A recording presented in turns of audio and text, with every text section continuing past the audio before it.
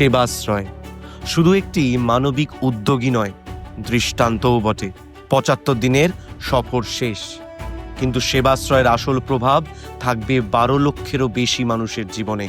এই ৭৫ দিনে ২৯১টি সেবাশ্রয় ক্যাম্প এবং ২৭০টি মেগা ক্যাম্পের মাধ্যমে ১২,৩৫,৭৭৩ জন মানুষ পেয়েছেন উন্নত স্বাস্থ্য পরিষেবা। ওষুধ পেয়েছেন ১১,২২,০০১ জন। এই প্রকল্পে রোগ নির্ণয় পরীক্ষা হয়েছে ৮,৯৩,১৬২ জন মানুষের। রেফার করা হয়েছে ৬,৪৭৬ জন মানুষকে।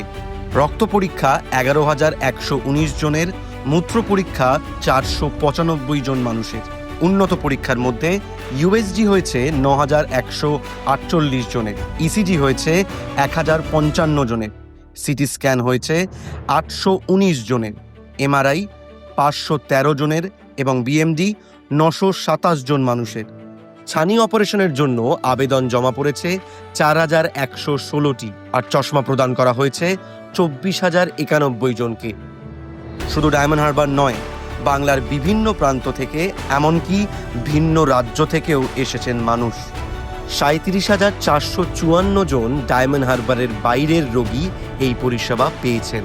এই ৭৫ দিনের সেবায় নিয়োজিত ছিলেন ১,১২৬ জন চিকিৎসক, ১৪৫১ জন বিশেষজ্ঞ চিকিৎসক এবং ১,৯৮৬ জন নার্স ও স্বাস্থ্যকর্মী।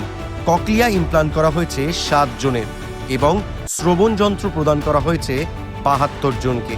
সাংসদ শ্রী অভিষেক বন্দ্যোপাধ্যায়ের উদ্যোগে ৭৫ দিন ব্যাপী বিধানসভা ধরে ধরে মানুষের দোরগোড়ায় পৌঁছে গেছে চিকিৎসা। স্নায়ুরোগ থেকে হৃদযন্ত্রের অস্ত্রোপচার, সব ধরনের চিকিৎসার ব্যবস্থা হয়েছে এক ছাদের নিচে।